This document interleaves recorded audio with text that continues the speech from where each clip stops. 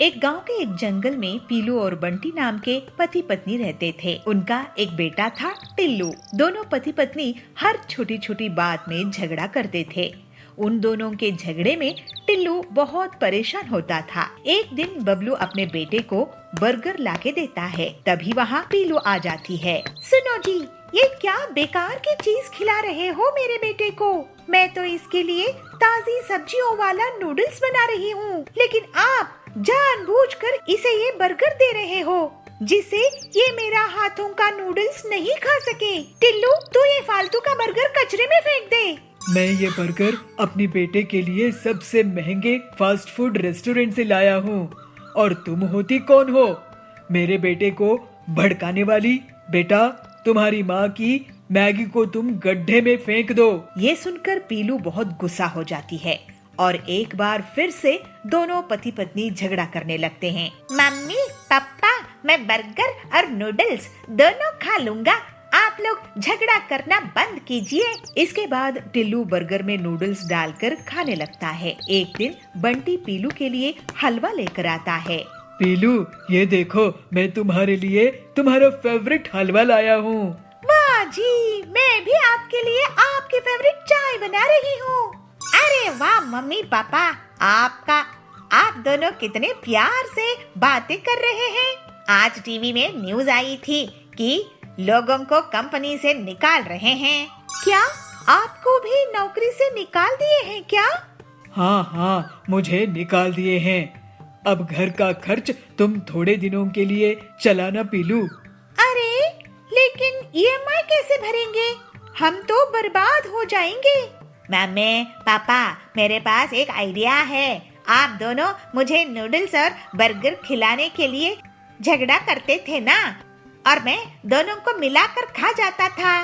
Noodle burger खाना मुझे बहुत पसंद है, और सभी को नूडल और बर्गर पसंद आते हैं ना। क्यों ना आप मिलकर इसी को बेचने का काम शुरू कर दो। हाँ, ये अच्छा आइडिया है। हाँ, सभी बच्चों को नूडल और बर्गर बहुत पसंद होते हैं। ऐसे कॉम्बिनेशन पूरे जंगल में कहीं नहीं है। हमारी दुकान खूब चल निकलेगी। और जल्द ही दोनों पति पत्नी नूडल बर्गर की दुकान शुरू कर देते हैं। पीलू वेज नूडल्स, एग नूडल्स और चिकन नूडल्स बनाया करती थी, और बंटी बर्गर बनाया करता था, और वो कस्टमर्स को सर्व करने लगे। इस तरह से दोनों की दुकान बहुत अच्छे से चल निकली। पीलू और बंटी का झगड़ा अब बंद हो चुका था। दोनों में प्यार बढ़ने लगा था और वो लोग बहुत पैसे कमाने लगे थे। बेटा टिल्लू, ये तुम्हारी ही आइडिया का कमाल है जो नूडल बर्गर लोगों को पसंद आ रहे हैं।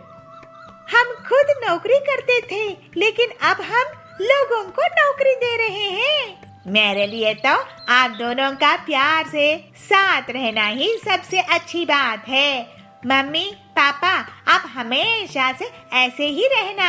फिर पीलू और बबलू कभी भी झगड़ा नहीं किए और सब खुशी खुशी साथ रहने लगे। बंसीपुर गांव में बबलू अपनी पत्नी पीलू के साथ रहता था। बबलू बहुत ही मेहनती था। वो साल भर मेहनत करके किसानी करता था, अपनी फसल बेचकर अपना घर चलाता था। पीलू, इस बार मैंने आलू की फसल बोई है और खाद और सिंचाई का भी खास ख्याल रखा है। तुम देखना, इस बार बहुत बढ़िया फसल होगी। भगवान करे ऐसा ही हो, नहीं तो अगर पिछले बार की तरह हमारी फसल बर्बाद हो गई तो हम जीने लायक नहीं बनेंगे। हमारे ऊपर वैसे ही बहुत उधार है। पीलू के घर के पास ही सुंदरी रहती थी। वो पीलू की गरीबी का मजा लेती थी। पीलू बहन, बबलू भाई, ये मैं क्या सुन रही हूँ? आप लोगों के ऊपर इतना उधार है। ऐसा करो पीलू बहन, मेरे घर आज कुछ मेहमान आने वाले हैं। तुम शाम में आके खाना बना देना। इसी बहाने तुम्हें थोड़ा सा पैसा भी दे दूंगी और तुम्हें भी पैसे देखने को मिलेगा, है ना? पीलू को सुंदरी की बातें बहुत खराब लगती है। वो हर बार उनकी गरीबी का मजाक उड़ा के चली जाती थी। ऐसे ही एक दिन बबलू अपने खेत जाता है। वो देखता है कि उसकी आलू की फसल बहुत बड़ी हो गई है। लेकिन जब वो एक पौधे को निकाल कर देखता है तो पता है कि उसमें आलू नहीं उगा है। इसी तरह वो सारे पौधे देखता है, लेकिन किसी में भी आलू नहीं उगे। बबलू उदास होकर अपने खेत में बैठ जाता है। मेरे खेत में आलू क्यों नहीं उगे? ऐसे तो मैं बर्बाद हो जाऊंगा। मेरे खेत में आखिर फसल क्यों नहीं होती है? ऐसे ही सोचते बबलू रोने लगता है।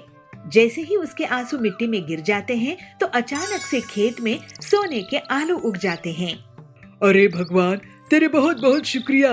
मेरे खेत में तो सोने के आलू उगाए हैं। अब मेरी गरीबी दूर हो जाएगी। फिर बबलू एक बोरी में सोने के आलू भर लेता है और घर लेकर जाता है। बबलू एक सोने का आलू बेचकर घर का राशन ले आता है और पूरा कर्ज भी चुका देता है। लेकिन वो सोने के आलू वाली बात पीलू को नहीं बताता है। एक दिन सुंदरी उसके घर आती है। क्या हुआ, इस बार तुम लोग आलू की फसल नहीं बेच रहे हो क्या? इस बार भी तुम्हारी फसल बर्बाद हो गई है? ऐसा है तो तुम लोग तो सड़क पर आ जाओगे। नहीं, इस बार फसल बहुत अच्छी हुई है। नहीं नहीं पीलू, बबलू इस बार फसल बिकाने के लिए बाजार गया ही नहीं। अब तुम ही सोचो कि तुम्हारा आगे क्या होगा। बबलू जब घर लौटता है तो पीलू उससे पूछती है, पड़ोसन कह रही थी कि आप इस बार शहर के जंगल में आलू बेचने के लिए नहीं गए थे। अगर हमारी आलू की फसल हुई ही नहीं है तो अपने घर का राशन कहाँ से लेकर आए हो? इसके बाद बबलू पीलू को सोने के आलू से भरी हुई एक बोरी दिखाता है। खिड़की में से सुंदरी भी उस सोने के आलू की बोरी को देख लेती है।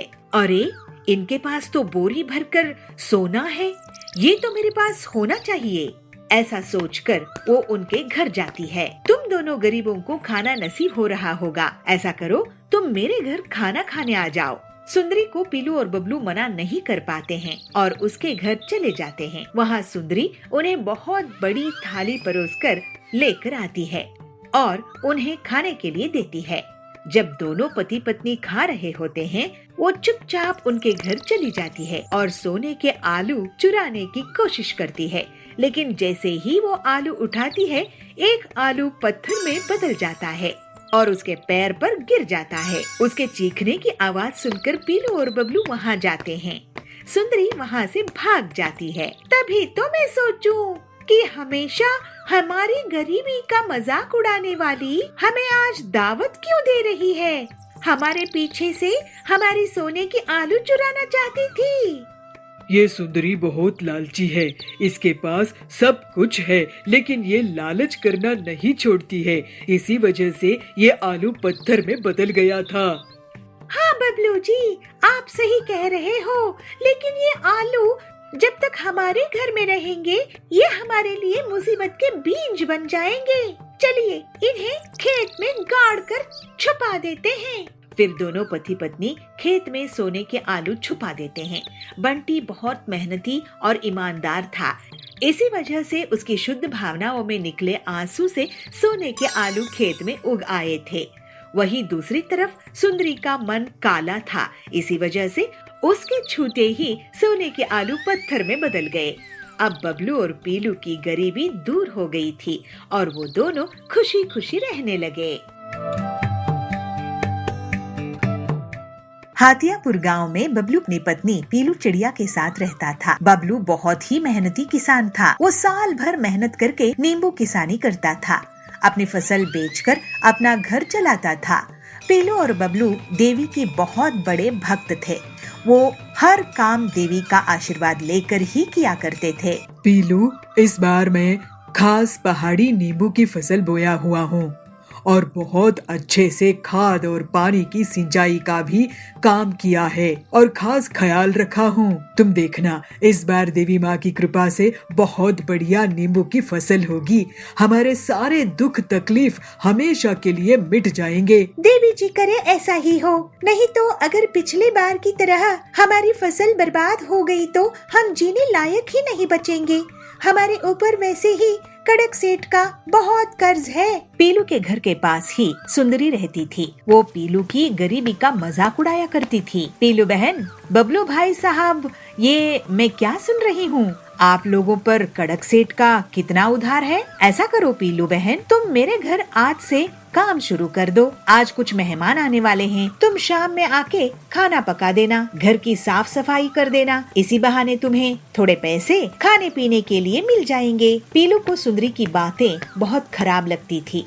वो हर बार उनकी गरीबी का मजाक उड़ाया करती थी। ऐसे ही एक दिन बबलू अपने खेत जाता है। वो देखता है कि उसकी नींबू की फसल बहुत बड़ी हो गई है, लेकिन जब वो एक पौधे को निकाल कर देखता है तो पता चलता है कि उसमें नींबू नहीं उगे हैं। इसी तरह से सारे पौधे चेक करता है, लेकिन किसी में भी नींबू नहीं उगे होते हैं। बबलू उदास होकर अपने खेत में बैठ जाता है। मेरे खेत में नींबू क्यों नहीं उगे हैं? ऐसे तो मैं बर्बाद हो जाऊंगा। मेरे खेत में फसल क्यों नहीं उग रहा है? ये बंजर जमीन भी तो नहीं है, लेकिन हर बार फसल बेकार हो जाता है। हे देवी माँ, ये कैसी परीक्षा ले रही हो हमारी? अब आप ही इस मुसीबत से बाहर निकालो, नहीं तो मेरा और पीलू का जीव आप ले लो। हम वैसे कर्ज के कारण नहीं जी पाएंगे। ऐसा सोचकर बबलू रोने लगता है, लेकिन जैसे ही उसके आंसू उसकी फसल में गिर जाती है तो अचानक से खेत में सोने के नींबू उग जाते हैं।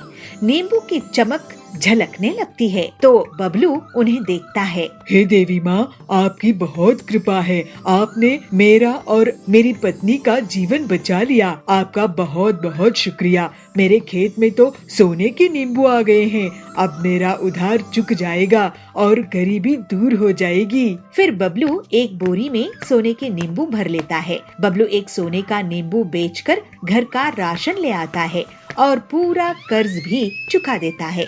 लेकिन वो सोने के नींबू वाली बात पीलू को नहीं बताता है। एक दिन सुंदरी उसके घर आती है। क्या हुआ? इस बार तुम लोग नींबू की फसल नहीं बेच रहे हो क्या? इस बार भी तुम्हारी फसल बर्बाद हो गई है? ऐसा है तो तुम लोग तो सड़क पर आ जाओगे। नहीं, इस बार फसल बहुत अच्छी हुई है, देवी माँ की कृपा से सुंदरी बहन। नहीं नहीं पीलू, बबलू इस बार फसल बेचने के लिए बाजार गया ही नहीं। अब तुम ही सोचो तुम्हारा आगे क्या होगा। बबलू जब घर लौटता है तो पीलू उससे पूछती है, बबलू जी, पड़ोसन कह रही थी कि आप इस बार शहर के जंगल में नींबू बेचने के लिए नहीं गए थे। अगर हमारी नींबू की फसल ही नहीं हुई है तो आपने घर का राशन कहाँ से लेकर आए हो और अपने तो पूरे कर्ज भी चुका दिए हो। इसके बाद बबलू पीलू को सोने के नींबू से भरी हुई बोरी दिखाता है। खिड़की से सुंदरी भी उस सोने की नींबू की बोरी देख लेती है। अरे, इनके पास तो बोरी भरकर सोना है, ये तो मेरे कब्जे में होना चाहिए। ऐसे सोचकर वो उनके घर चली जाती है। तुम दोनों गरीबों को खाना नसीब नहीं हो रहा होगा, ऐसा करो तुम मेरे घर खाना खाने के लिए आ जाओ, ऐसे बोल के जाती है। सुंदरी को पीलू और बबलू मना नहीं कर पाते और उसके घर चले जाते हैं। वहाँ सुंदरी उन्हें बहुत बड़ी थाली परोसकर लाती है और उन्हें खाने के लिए दे देती है। जब दोनों पति पत्नी खा रहे होते हैं तो वो चुपचाप उनके घर चली जाती है और सोने के नींबू चुराने की कोशिश करती है। लेकिन जैसे ही वो नींबू उठाती है, एक नींबू पत्थर में बदल जाता है और उसके पैर में गिर जाता है। उसके चीखने की आवाज सुनकर पीलू और बबलू वहाँ आ जाते हैं। सुंदरी वहाँ से भाग जाती है। तभी तो मैं सोचूं कि हमेशा हमारी गरीबी का मजाक उड़ाने वाली हमें आज खाना क्यों खिला रही है। ये हमारे पीछे हमारे सोने की नींबू चुराना चाहती थी, लेकिन देवी माँ की कृपा से ये सब बच गए और उसका छुआ हुआ नींबू पत्थर में बदल गया। उसकी तो टांग ही टूट गई है। लालची सुंदरी को सबक मिल गया होगा। ये सुंदरी बहुत लालची है। इसके पास सब कुछ है, लेकिन ये लालच करना नहीं छोड़ती है। इसी वजह से इसको सजा मिली। हाँ बबलू जी, आप सही कह रहे हैं, लेकिन ये नींबू जब तक हमारे घर में रहेंगे ये सुरक्षित नहीं रहेंगे। इनके चोरी होने का डर बना रहेगा। चलिए इन्हें खेत में गाड़ कर छुपा देते हैं। फिर दोनों पति पत्नी खेत में सोने के नींबू को छुपा देते हैं।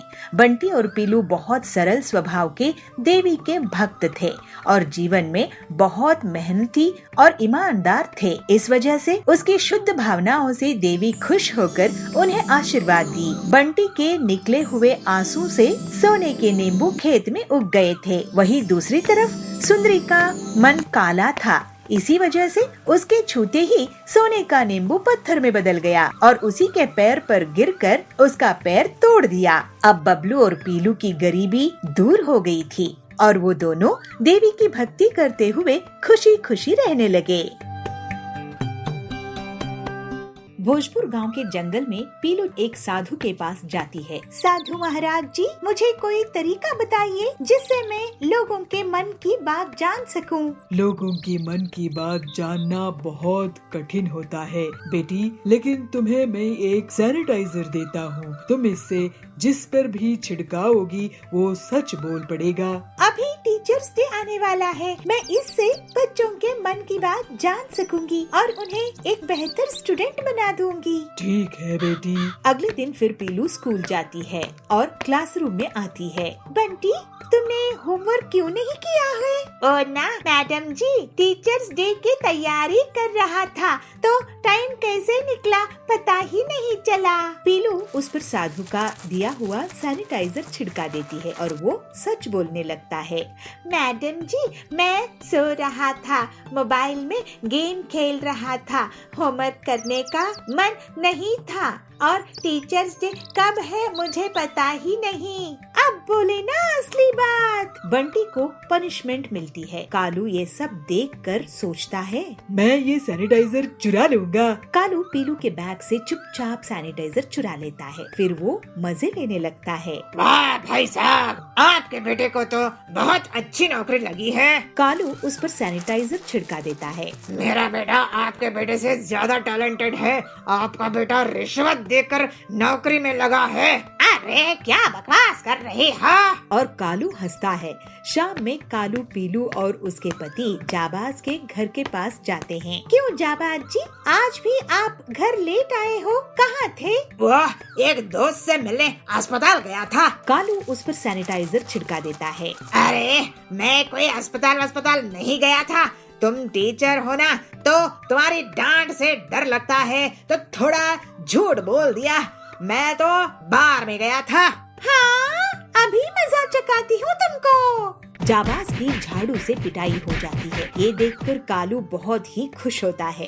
तभी पीलू उससे सैनिटाइजर छीन लेती है और कालू को डांट लगती है। कालू, ये तुम स्टूडेंट्स के भले के लिए था, तुम्हारी मस्ती के लिए नहीं। अब तुम टीचर्स डे में 5 ऐसे लिख कर लाओगे। अगर कोई बहाना बनाए तो याद रखना, मेरे पास ये सच उगलने वाला सैनिटाइजर है। जी जी मैडम। ये सुनकर कालू वहाँ से भाग गया। अरे पीलू, ये साधु का दिया सैनिटाइजर इतना असरदार है, ये तुम इससे कड़क की मदद क्यों नहीं करती? सुना है वो एक बहुत बड़े चोर को पकड़कर लाया है, लेकिन वो पैसा कहाँ छुपाया है ये नहीं बता रहा है। मेरा भाई इंस्पेक्टर कड़क की भी मैं इसी सैनिटाइजर से मदद करती हूँ। फिर पीलू कड़क के पास पुलिस स्टेशन जाती है। कड़क भाई, ये सैनिटाइजर लो और इस चोर पर छिड़का दो। पीलू के कहने पर कड़क वैसा ही करता है और चोर पूरा सच उगल देता है। फिर सभी बच्चे पीलू को टीचर्स डे पर बहुत सम्मान देते हैं। कालू उस पर 5 ऐसे पूरी ईमानदारी से लिख कर लाता है। इस तरह से पीलू एक अच्छी टीचर होकर सभी स्टूडेंट्स का जीवन सुधारने में कामयाब होती है। विद्यापुर नाम के गांव में पीलू चिड़िया रहती थी। उसका बेटा बबलू और बहू बबली वो भी उसी के साथ रहते थे। लेकिन बबलू और बबली को बूढ़ी पीलू का साथ रहना पसंद नहीं आता था। पीलू की एक बेटी थी, उसका नाम हरी था। हरी की बड़े शहर में शादी हो चुकी थी। शादी के बाद से वो बहुत घमंडी हो गई थी और अपने मायके वालों से ज्यादा बातचीत नहीं करती थी। एक दिन बबलू कहता है, माँ मेरी बात सुनो, मेरी कमाई बहुत कम हो चुकी है और महंगाई बहुत ज्यादा। मैं तुम्हारा खर्चा वर्चा नहीं उठा पाऊंगा और गांव में हमारा कोई रिश्तेदार भी नहीं है जहां मैं आपको छोड़कर आ सकूं। मेरी पूरी कमाई घर चलाने में ही चली जाती है। मुझे बच्चे होंगे तो उन्हें स्कूल कैसे भेजूंगा, ये भी मैं सोचता रहता हूँ। तुम ऐसा करो कि कुछ दिन हरी दीदी के यहाँ चली जाओ। तो पीलू कहती है, बेटा अपनी बेटी के ससुराल में माँ का रहना अच्छी बात नहीं है, लेकिन तुझे तकलीफ ना हो तो मैं ही ये तकलीफ उठा लेती हूँ। फिर पीलू अपनी बेटी के ससुराल चली जाती है। पीलू अपनी बेटी को कहती है, बेटी हरी, क्या मैं तेरे घर कुछ महीने रुक सकती हूँ? वो क्या है ना, बबलू की कमाई कम हो गई है तो वो मुझे तेरे यहाँ रुकने के लिए कह रहा है। तो हरी कहती है, अरे माँ, मैं तो अपने पति के साथ आज ही अपनी ननद की शादी में विदेश जाने वाली हूँ, मैं तुम्हें यहाँ कैसे रख सकती हूँ? पीलू ये सुनकर बहुत दुखी होती है, वो रोने लगती है। हे भगवान, इस बुढ़ापे में मेरे बच्चे कैसे हैं जो मुझे सहारा नहीं दे सकते हैं। मुझे अपने हाल में ही छोड़ दिया है, लेकिन मैं भी हिम्मत नहीं हारूंगी। फिर थोड़ी देर में कुछ सोचकर वो एक सुनार के पास जाती है और पीलू वहाँ पे कहती है, सुनार भैया, आप ये मेरे कान के सोने की कुंडल गिरवी रख लो और मुझे इसके कुछ पैसे दे दो। तो सुनार कहता है, इस कुंडल के तो मैं आपको 5,000 ही दे पाऊंगा पीलू बहन। पीलू उन 5,000 को लेकर एक छोटी सी किराए की झोपड़ी में चली जाती है और मन में सोचती है, इन पैसों से तो 1 महीने का गुजारा हो जाएगा, उसके बाद मेरे पास खाने के लिए भी पैसे नहीं बचेंगे और मैं मुसीबत में पड़ जाऊंगी। मुझे काम शुरू करना चाहिए, लेकिन इतने पैसों से मैं सिर्फ लड्डू बनाने का काम ही शुरू कर सकती हूँ। फिर अगले ही दिन से पीलू बूंदी के लड्डू बनाकर गांव में एक स्कूल के बाहर बेचने लगती है। पीलू आवाज लगाती है, बूंदी के लड्डू ले लो, बूंदी के लड्डू, गर्मा गर्म बूंदी के लड्डू, मीठे मीठे बूंदी के लड्डू। वहाँ पर सुंदरी आती है, बहन बूंदी के लड्डू कितने की है? तो पीलू कहती है, सिर्फ 20 रुपए की 4। तो सुंदरी कहती है, मुझे पहले एक चखने के लिए देना। तो सुंदरी एक लड्डू खाती है और कहती है, वाह बहन, तुमने तो कमाल के बूंदी के लड्डू बनाए हैं, ये लो पैसे, मैं और भी लोगों को तुम्हारे पास भेजूंगी। गरीब को इतना स्वादिष्ट और अच्छा बूंदी के लड्डू नसीब नहीं होता है, वो सब बहुत खुश होंगे। घर लौटते समय पीलू को 2 गरी मिलती है। पीलू उन दोनों चिड़ियों को भी बूंदी के लड्डू दे देती है। इस तरह से जल्दी ही पीलू की दुकान चल पड़ती है और उसके पास इतने ग्राहक आते हैं कि वो अकेले काम नहीं कर सकती थी। पीलू रोज बूंदी के लड्डू बनाती और 2 बूंदी के लड्डू उन गरीब चिड़ियों को दे देती थी। तभी वहाँ पे सुंदरी आती है और कहती है, सुनो पीलू चिड़िया, मैं इस स्कूल की प्रिंसिपल हूँ। स्कूल में रिपब्लिक डे सेलिब्रेशन होगा, आप हमारे स्कूल के लिए 500 लड्डू का ऑर्डर ले लो। ये सुनकर पीलू बहुत खुश हो जाती है और मन में कहती है, अब रिपब्लिक डे आने वाला है, बूंदी लड्डू लोगों को बहुत पसंद आ रहे हैं, लेकिन अब मुझे और भी लोग चाहिए, क्यों ना मैं उन गरीब चिड़ियों को काम पर लगा लूं? पीलू उन चिड़ियों से कहती है, सुनो, तुम दोनों यहाँ पर भीख मांगती हो, मैं तुम्हें एक काम दे सकती हूँ अपनी दुकान में, अगर तुम करना चाहो तो लवली कहती है, बहन मेरा नाम लवली है, मैं एक अमीर घर से थी, लेकिन मेरे बच्चों ने मुझे घर से निकाल दिया तो मैं यहाँ हूँ। तब और एक चिड़िया कोयल कहती है, मैं भी अच्छे घर से थी बहन, मेरी भी यही कहानी है, हम तुम्हारे साथ काम करेंगे और मेहनत से पैसे कमाएंगे।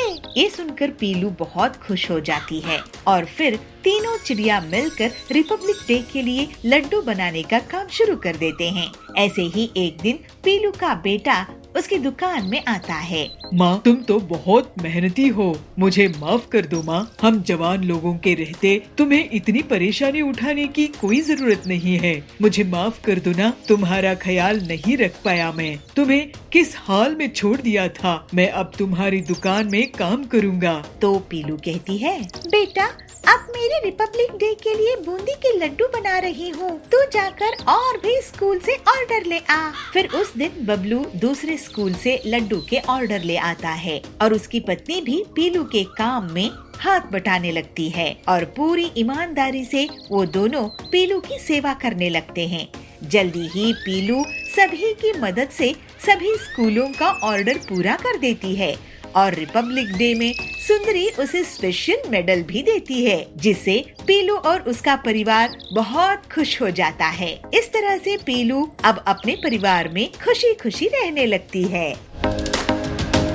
भागलपुर गांव में पति पत्नी पीलू और बबलू किसानी करते थे। वो लोग बहुत ईमानदार थे और कम आमदनी में भी गुजर बसर कर रहे थे। बबलू खेत में पुराने कुएं से पानी निकालता था और पूरे खेत में सिंचाई करता था, लेकिन खेत में मेहनत करने के बाद भी उनके खेत में फसल नहीं होती थी। वो लोग बहुत तरह की फसल उगाने की कोशिश करते हैं, लेकिन एक भी फसल नहीं उगती है। सुनिए जी, खेत में कोई भी फसल नहीं उगती है। हमारे ऊपर बहुत कर्ज है, लोग पैसे मांगने आते रहते हैं। मैं सोच रही थी कि मैं कहीं पर मजदूरी करने लगती हूँ, क्या किसी के घर में काम करने लगती हूँ। कम से कम घर में खाना खाने लायक पैसा तो आएगा। इस खेत में कितनी ही काम करो, बेकार है। अरे नहीं पीलू, मैं इस खेत को नहीं छोड़ सकता हूँ। मेरे दादाजी ने और मेरे पिताजी ने ये खेत मुझे दिए हैं। मैं इस खेत में अगर किसानी बंद कर दूंगा तो अपने पूर्वजों को क्या मुँह दिखाऊंगा। और वैसे भी मैं एक किसान हूँ, ऐसे मजदूरी नहीं कर सकता। लेकिन हम कब तक ऐसे ही रहेंगे? देखो, तुम्हारा कहना सही है कि घर के लिए कमाई होनी चाहिए, तो तुम कहीं पर काम कर लो। मैं इस खेत में फसल बोता रहूंगा, क्योंकि ये मेरे लिए माँ जैसी है। अगर इसे ऐसे ही खाली छोड़ दिया तो यहाँ लोग शराब पीने लगेंगे और यहाँ गंदगी फैलाई जाएगी। ठीक है जी। फिर पीलू लोगों के घर काम करने लगी और बंटी खेती जारी रखता है और बहुत दिनों तक वो ऐसे ही धूप में मेहनत करता था। एक दिन उसे अचानक चक्कर आ जाता है और वो बेहोश हो जाता है। तो पीलू उसको डॉक्टर के पास ले जाती है। डॉक्टर साहब, देखिए इन्हें क्या हुआ है। सुनो बबलू भाई, आप अब बहुत कमजोर हो गए हो धूप में काम कर करके। कुछ महीने आराम करो। लेकिन अभी तो बीज बोने हैं, मैं आराम नहीं कर सकता। बबलू फिर से अपने खेत में काम करने लगता है। हे भगवान, इनको कैसे समझाऊं कि अपनी सेहत का ख्याल रखा करें। अब आप कुएं से पानी नहीं निकालेंगे, मैं निकालूंगी। पीलू कुएं से पानी निकालने लगी है। तभी उसमें से एक बाल्टी भर रुपये निकल आते हैं। ये देखकर दोनों पति पत्नी चौंक जाते हैं। अरे ये क्या, इतने सारे पैसे? तभी उसके खेत से एक देवी प्रकट होती है। बेटा बबलू, बेटी पीलू, मैं धरती माँ हूँ। तुम्हारी सेवा और ईमानदारी से बहुत खुश हूँ। बबलू, आज के इस लालच के जमाने में तुमने गरीबी झेली, लेकिन अपना खेत नहीं बेचा। इतने सालों तक मैं तुम्हारी परीक्षा ले रही थी और तुम्हारी फसल नहीं उगने दे रही थी, लेकिन तुमने अपनी उम्मीद नहीं छोड़ी। अब तुम्हारे इस कुएं से पैसे निकलेंगे और तुम और जमीन खरीदकर लोगों के लिए अनाज उगाओ, उनका पेट भरो। मेरा आशीर्वाद है तुम पे। ऐसा कहकर देवी वहाँ से चली जाती है और उनके वरदान के कारण दोनों पति पत्नी का जीवन हंसी खुशी बीतने लगता है। हीरापुर गांव के जंगल में कड़क सेठ बहुत ही अमीर, लालची और धोखेबाज सेठ था। उसके बेहिसाब संपत्ति थी। पेट्रोल पंप, फिल्म थिएटर, गाड़ियों का कारोबार, सोने हीरे की दुकानें वगैरह थी। कड़क जल्द ही एक मॉल भी शुरू कर देता है। पीलू उसी गांव में एक छोटी सी किराना दुकान चलाती थी, लेकिन आजकल उसकी दुकान में भीड़ नहीं रहती थी। वो काफी परेशान रहने लगी। उसी समय टिल्लू आता है। पेला दे दे, एक कोल्ड ड्रिंक देना था। तो पीलू कहती है, ये लो कोल्ड ड्रिंक। टिल्लू भैया, आजकल ज्यादा लोग मेरी दुकान में आते नहीं हैं। क्या तुम बता सकते हो ऐसा क्यों है? तो टिल्लू कहता है, हाँ, आजकल क्या है ना, सभी चीज ऑनलाइन ही मिल जाती है। माचिस से लेकर कार तक सब कुछ ऑनलाइन इंटरनेट में मिल जाता है। और देखो, एक डिलीवरी बॉय जा रहा है। तो पीलू कहती है, अच्छा, तो ये लोग हैं जो सामान डिलीवर करते हैं ऑनलाइन कंपनियों के लिए, लेकिन इसमें हम छोटे दुकानदारों का क्या फायदा है? तो टिल्लू कहता है, तुम ऐसा करो कि किसी मेन मार्केट जगह में अपनी दुकान लगा लो। बड़ी दुकानों में भीड़ रहेगी, कुछ लोग तुम्हारे यहाँ भी आ जाएंगे। इसके बाद तब पीलू घर आके अपने पति बंटी को सब कुछ बताती है। तो बंटी कहता है, कड़क सेठ का मॉल इस जंगल में बहुत चलता है, क्यों ना तुम उसी के बगल में दुकान खोल लो, पैसों का इंतजाम मैं कर दूंगा। लेकिन कड़क सेठ बहुत चालाक था। जैसे ही उसे पता चला कि पीलू उसके मॉल के बगल में दुकान खोलना चाहती है, तो वो उसे एक सौदा कर लेता है। देखो बंटी, पीलू मेरे मॉल के सामने तुम्हारी दुकान की कोई औकात नहीं रहेगी। तुम एक दुकान मुझसे खरीद लो, 5 लाख रुपए में, उसी में तुम्हारी भलाई है। तो बंटी कहता है, अगर आप हमें 5 लाख में दुकान देंगे तो हम ले लेंगे कड़क सेठ। तो पीलू कहती है, ठीक है, हम ऐसा ही करते हैं। लेकिन बहुत दिन गुजर जाने के बाद भी उनकी दुकान उन्हें कड़क सेठ नहीं देता है। दोनों पति पत्नी उसके पास जाते हैं। कड़क सेठ, आप हमें हमारा पैसा वापस दे दीजिए, हमें आपसे दुकान नहीं खरीदनी है। तो कड़क कहता है, ठीक है, ये लो 1 लाख रुपए। पीलू कहती है, लेकिन हमने आपको 5 लाख दिए थे ना। तो कड़क कहता है, तो मैंने कहा है क्या बुकिंग कैंसिल कराने के लिए? अब बुकिंग करोगे तो 10 लाख लूंगा। चलो भागो यहाँ से, नहीं तो ये भी नहीं दूंगा। दोनों पति पत्नी दुखी मन से घर आते हैं। तो पीलू कहती है, अब हम क्या करेंगे जी, हमारी पूरी संपत्ति खर्च हो गई है। बंटी कहता है, मुझे सोचने दो, कोई न कोई रास्ता तो निकलना होगा। फिर बंटी अपने दोस्त हरिया के पास जाता है। वो एक ऑटो मैकेनिक था, उसके पास एक पुरानी गाड़ी थी। बंटी अपने दोस्त से पूरी बात कहता है और हरिया उसे उस गाड़ी का उपयोग बताकर एक आइडिया देता है। बंटी बहुत खुश हो जाता है। वो घर आकर पीलू को अपना प्लान बताता है। तो पीलू कहती है, ये तो वाकई बहुत अच्छा प्लान है। अगले दिन बंटी गाड़ी में पूरी किराना दुकान सजाकर निकलता है। लोग बड़ी हैरानी के साथ उसे देखते हैं। तभी जाबाज कहता है, अरे ऐसे सुपरमार्केट तो मैंने पहले कभी नहीं देखा।